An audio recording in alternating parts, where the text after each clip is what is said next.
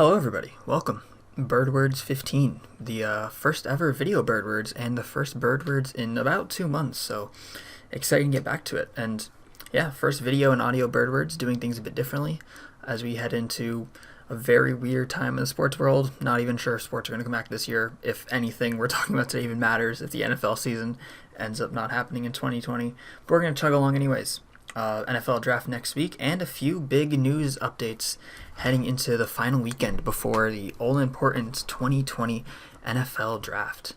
So the big story this week, obviously, was Christian McCaffery signing a 4-year, $64 million extension with the Carolina Panthers, a move that I guess was kind of expected. You figured that despite all the people on Twitter calling to never pay running backs and stuff, the Panthers were never actually going to trade McCaffery or let him walk. You kind of had to pay the best player on your offense, especially after the absolutely incredible year he had on a disastrous Carolina Panthers offense last season. But 4 years, $64 million, that's probably way more than anyone had previously thought.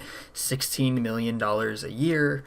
For a running back, he becomes the highest paid running back on a per year basis in NFL history, and a lot of negative reactions from analysts, fans, everyone, but also a lot of positive reactions because he is a very fun, very exciting player to watch.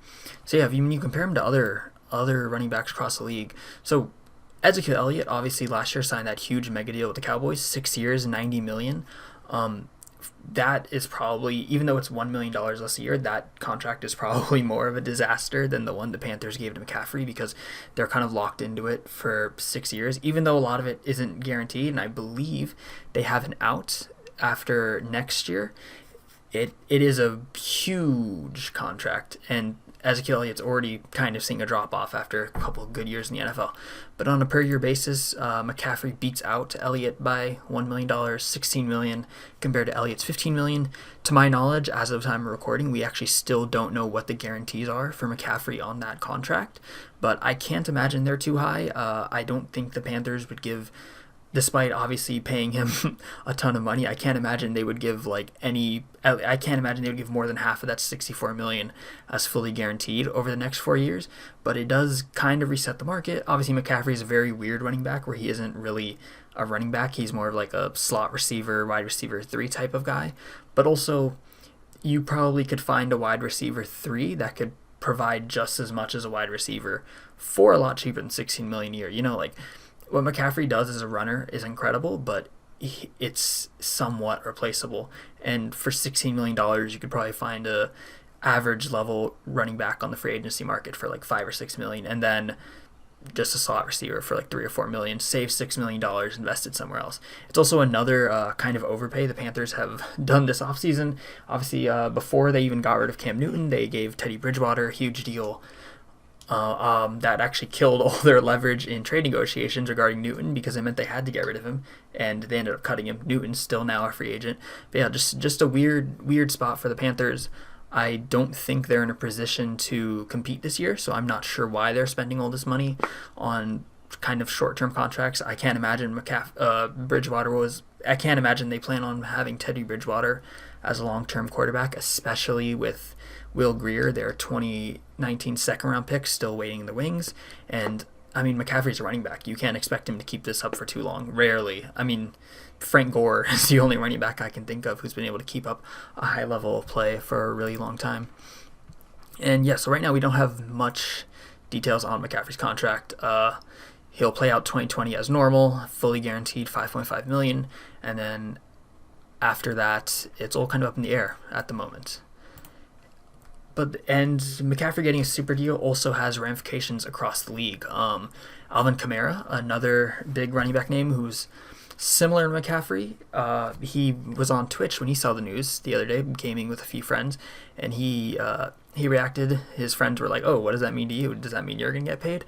And it does put Kamara in a weird spot because Kamara obviously dominant first few years in the NFL, but really kind of disappeared last year. And I guess it's up to the Saints. If they think Kamara is worthy of a McCaffrey type deal, they might not give him the $16 million, but he might be able to leverage his way into a good $13, $14 million. But on the other hand, is Kamara worth it? Kamara, obviously, he snuck into the Pro Bowl last year, but still wasn't a very good player. The Pro Bowl, he got in Pro Bowl more on name than he did actual level of play. Just in general, the Saints are in a weird spot where Drew Brees might retire soon. He obviously just signed a new 2-year deal, but after those 2 years, who knows what happens? He probably will retire unless he wants to go the crazy Brady route where you play until you're 50 years old. And do the Saints just kind of want to move on after the Brees contracts end? Do they want to say, okay, that's it, Drew Brees is done, that era of our football team's over, we're letting all the big players go, we're just going to rebuild? Because another team, the Los Angeles Rams, kind of put themselves in a weird spot by giving Todd Gurley that gigantic deal. If you go back to the running backs active contract list, Gurley would have been in the top 5 had the Rams not cut him. And I think still he's in the top 10. Yeah, he's right here below Austin Eckler.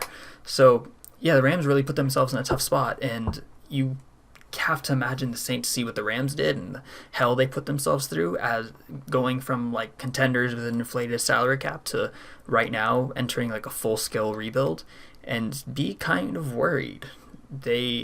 So they might let Kamara walk. They might not give Kamara the super day he wants. Kamara might be someone entering the free agency market, sort of like Le'Veon Bell did, and will be set to get a huge deal he probably won't live up to. Obviously, Le'Veon Bell got just over $13 million a year on the deal he signed with the Jets, and while he's a fine player, never really got back, at least last year, never really played like he did for the Steelers. David Johnson, obviously now in Houston, but signed that huge deal with Arizona and has just not done much with it. Derrick Henry playing on the tag. I imagine Tennessee will probably let him walk after the season because, again, I can't imagine he keeps up the pace he was on the last 10 games of last season. That's nearly impossible.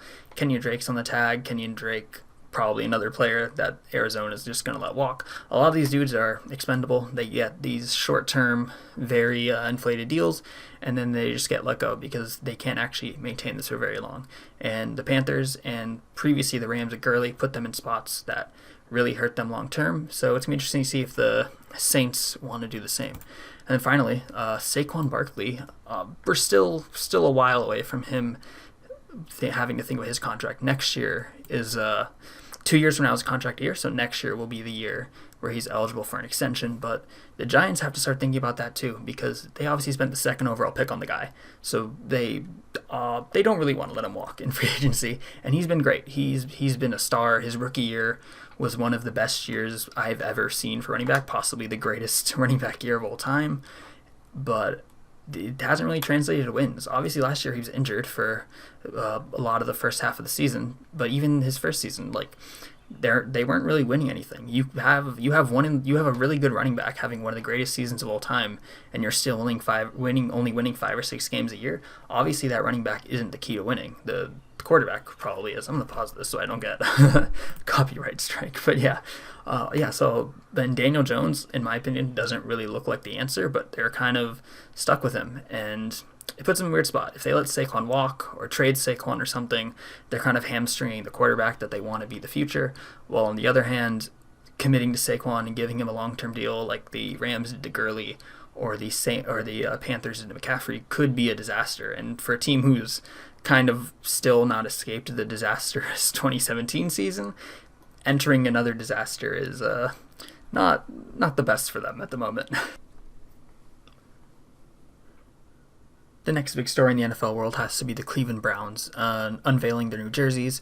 The next in a string of NFL teams who have revealed new jerseys in the past few weeks. The Atlanta Falcons obviously released that weird NFL jersey combo that looked hyper modern and looked like they tried a little bit too hard to appeal to middle schoolers with that weird gradient red and black thing. The Rams and their much maligned uniforms.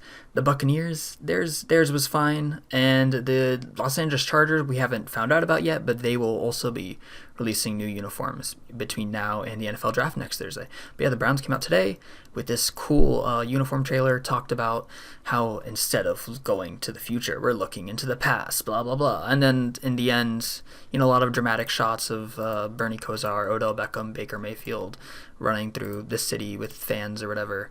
And then I love how at this point you can't even really see the uniforms because it's cutting so fast away from them, and they effectively look exactly the same. There are small changes. They added these stripes to the socks. I think these stripes aren't even new. Like these stripes, I think they just changed the stripes. But I feel like these were like this. I mean, it's nice. They went back to the past. They didn't do too much. I think the Falcons and the Rams both tried to be too cool with it and really made ugly uniforms. And I think overall these look fine.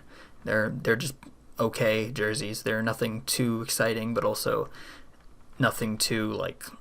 They're not like the Falcons where it looks like they tried too hard to be cool. So yeah, I imagine these ones right here, the Color Rush. This is probably an alternate, and these will be their basic home and away. Not really, not much. Kind of, if I was a Browns fan, I'd be really disappointed because I don't know. I guess it's nice to go back to the old look, but you also kind of want to see something new. Then again, if you look at the Falcons and the Lions and the Jets and other teams who have tried something new recently, it might be a blessing that your team didn't try something new and try something that they effectively knew would work. But yeah, interesting or not interesting jersey change for the Browns. One thing is interesting is that I don't know if I'll be able to find it, but Odell Beckham actually appears, I think, a few times in this little trailer here, and he's someone who may be on the move soon. So this reveal trailer might age badly already.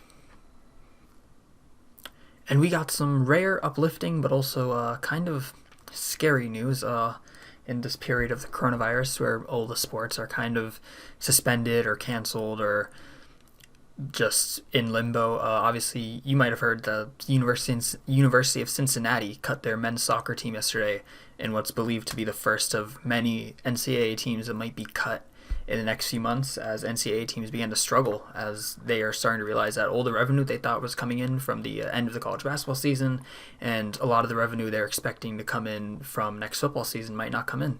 And they're in a weird spot. A lot of them are already operating on the margins, and now the NCAA might die. That's, I mean, it sounds dramatic, but that's unless something changes between now and fall, a lot of NCAA programs are in a lot of trouble. Luckily, there might be a path to avoiding that trouble. Anthony Fauci, you've probably heard of him, the big pandemic expert working for the federal government right now, kind of keeping Trump in check, I hope, and making sure this doesn't turn into a disaster. He actually offered a path forward to the return of live sports, including, as you see here, NFL games. It's similar to what the MLB actually proposed last week, where they mentioned kind of creating a bubble of some sort where the players live in a hotel, and players and staff and coaches will basically live in a hotel, be isolated from everyone. They'll be tested weekly, and their only real movement will be from stadium back to hotel. The games will all take place in a single city. The MLB apparently is planning on Arizona being that place, as they already have a lot of stadiums out there that they use for spring training. It was a widely panned idea, and I think the MLB even released a statement that kind of backed off on it. But it is nice to see at least someone smart and in charge kind of offer it as like a thing that could actually happen, especially in fall as the NFL season begins. But the odds of it happening are obviously very low. It's going to be hard to convince not just the players themselves, but all the staff. And I don't mean coaching staff. I mean like stadium staff, restaurant staff, hotel staff to go away from their families in quarantine for nothing. I mean, like, would you spend months away from your family for like what, $10 an hour? Probably not. Like, you'd rather stay at home and live on unemployment for a bit to keep yourself safe and not subject yourself to absolute hell in the middle of a global pandemic. So the odds of this plan ever being implemented are super low. But it is nice to hear that there is a chance that sports might come back this year from someone who is probably the biggest expert in our country on this stuff. And in similar news, Chris Fowler of ESPN actually proposed an idea of his own that the 2020 football season, at least college football season, is probably a loss at this point. There's no way, there's pretty much no way it'll happen. Even if we are over this virus by the beginning of fall, there's no way that you can start a football season if players haven't practiced or like lifted weights with the team or anything for an entire summer. You know, like these football players, they start their season essentially starts in spring, or even, I mean, late winter, honestly. Their season starts. So there's no way you can just like up and go in August, even if the virus has relatively been contained by then. So Chris Fowler of ESPN had an idea that we could actually move this college football season to spring 2021, which is interesting, but I'm not sure how that would work. it would help teams in the short term because it would mean there is some guaranteed revenue. They wouldn't have to cut as many sports because they can be like, okay, like spring 2021, our big cash cow is going to be back and we should have more money coming in. But also it means that there's actually no way to fix the schedule without skipping another year. So for example, let's say we start spring 2021 because we skip fall 2020. We can't then have a football season in fall 2021. You can't expect these football players to play 2 whole seasons in one calendar year. That's just unreasonable. Their bodies will break. They will die. Like, no joke. Like, people, the concussions and everything, and just the physical stress, it would be like life-threatening almost to a lot of these younger players. So you can't really do that, meaning we would have to skip fall 2021, which then puts these teams back in the same financial situation where they're missing out on the football season. So either we permanently move it to spring, which I think is unlikely. Fall and football belong together, and I don't want football championship games running into June, July, where it's really hot and not at all the weather to play football in. But it also moving the next football season to spring 2021 would mean skipping fall 2021 and creating the same issue again.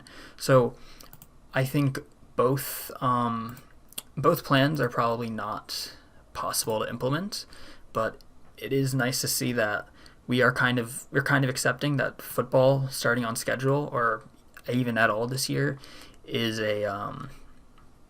unlikely, and it's nice to see people who are in charge or people who are close to the game kind of are realizing that and are thinking of ways to get around it to hopefully have football in the near future. We won't have to wait till fall 2021. And thank you for watching or listening and sticking with me. This is how we're probably going to do bird words from now on. I'm hopefully going to move to multiple times a week instead of doing one a week like I did before, because I feel like this is a much funner way to do it. In order to keep up with bird words, make sure to subscribe to the YouTube channel you're on, or youtube.com/Mansur and youtube.com/birdbreakdowns. 2 different channels doing a little bit different content. And follow me on Twitter @Mansur just to keep up with the things I write and more. Thank you.